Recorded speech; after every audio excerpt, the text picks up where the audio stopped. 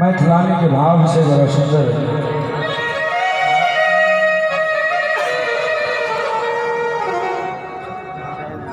आर गंगा पार जमुना बीच कदम के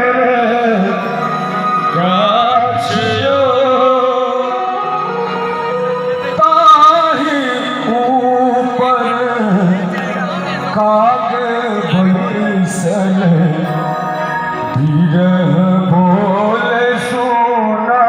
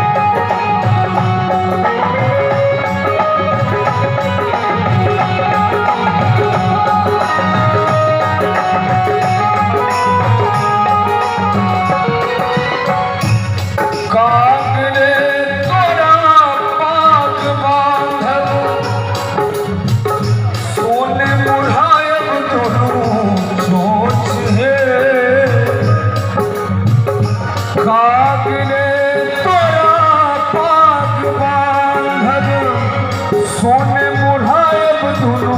चोच पंख ऊपर बाकी शशि ऊपर काग बैसल धीरह बोले सुना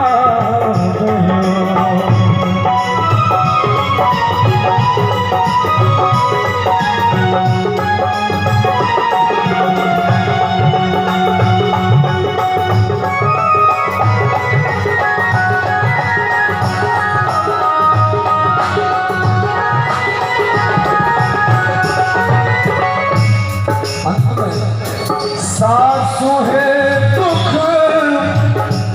कहब ककरा पुत्र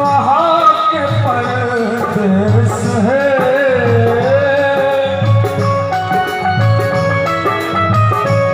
हे सासु है दुख कहब ककरा पुत्र के परदेस है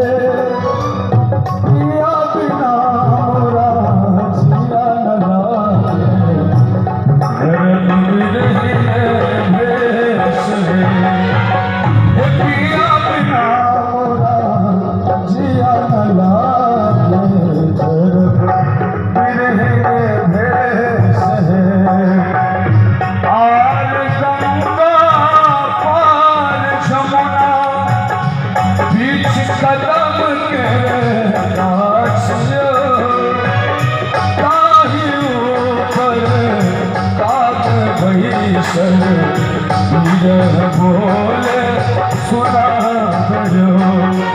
हे ताहि ऊपर